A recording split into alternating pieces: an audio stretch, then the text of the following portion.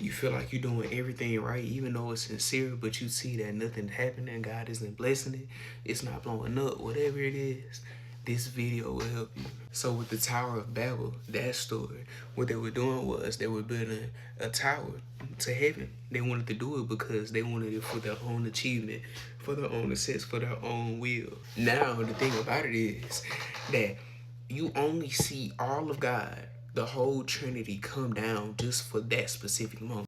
He told them that when they are one, nothing can stop them.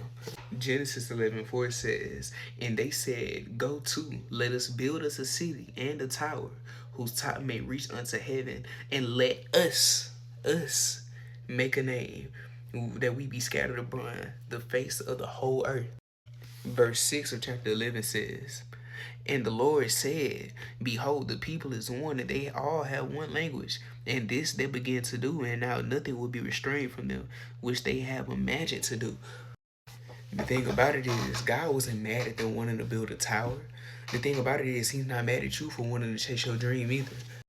But what made him destroy the tower, what made him confuse the language, what made him bring destruction was the fact that they weren't doing it in his name. They were doing it for themselves. It said us. They were using God's resources, the mind that God gave them, the brain that God gave them. God owns the hammer, the nails, the everything. They were using everything that God made to pursue their own thing. See, if you using God's gifts to do the wrong things, you using God's gift, you using God's resources to build your own will, he will cause confusion in your life.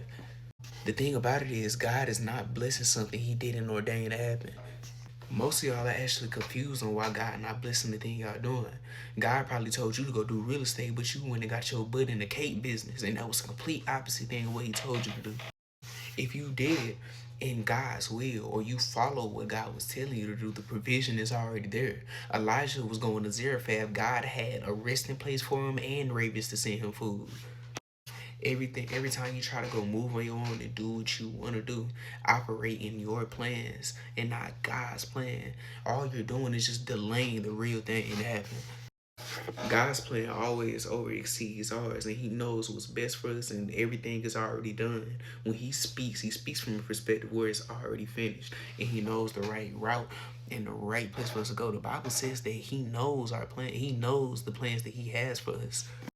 Just follow God's plan because your prosperity is in your purpose. Hope this helps.